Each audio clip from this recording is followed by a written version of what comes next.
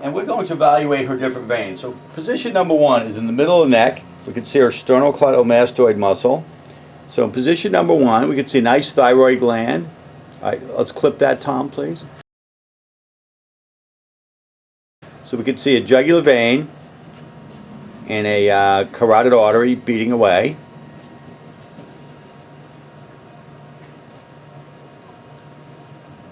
Okay, so position number 2, we're going to slide down from the middle of the neck to the supraclavicular region, and here we can see her jugular vein.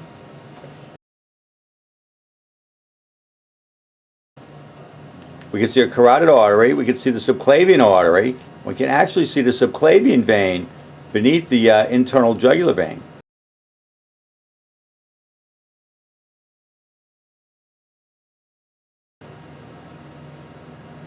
And there's the subclavian vein beneath all of that. Okay.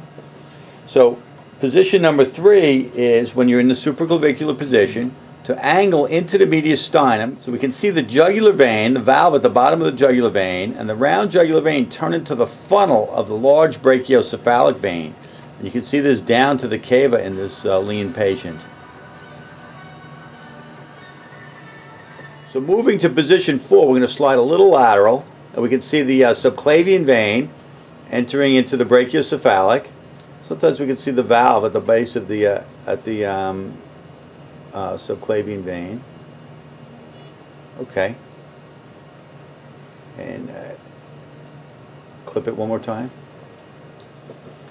Here we can see the subclavian artery in a transverse section and the subclavian vein in longitudinal section here. Okay. Sometimes we can see the external jugular coming in, but I don't see it in this lady. Okay. Oh, there's the external jugular up top. All right. So position 5 is to look in the deltopectoral groove. We'll clip that up. And here we can see the axillary artery, axillary vein, and we can see the cephalic vein. We can see the cephalic vein coming into the axillary vein. We can see the pleura, and we'll see if we can see a slope. All right, so that's position number 5. Position 6 is to turn into the longitudinal section, and hit that, please.